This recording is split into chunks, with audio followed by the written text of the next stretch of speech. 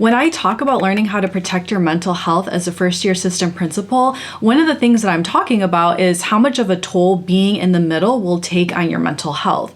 I think that as assistant principals, our role is inherently a bridge between multiple stakeholders. And for me, one of the most difficult dynamics in my first year was being that bridge between staff and district leadership. So let me tell you a little story. In my first year as AP, the school district was rolling out these various teaching best practices, and every building administrator was required to present these district provided PD slides. And after reviewing the slides, I quickly realized that all of this information was going to be really redundant and actually kind of irrelevant to the staff in my building.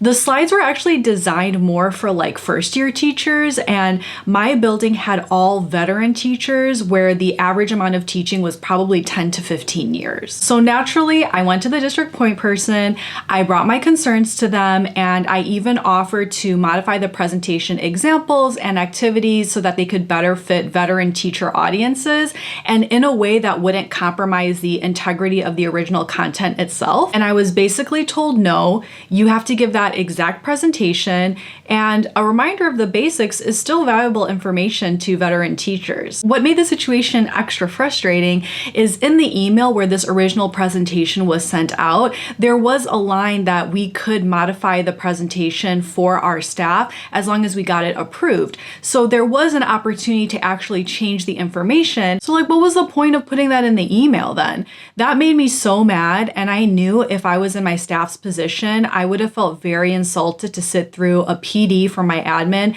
that was on basic teaching best practices. So it was in the middle situations like this where my job responsibilities were in direct conflict with each other.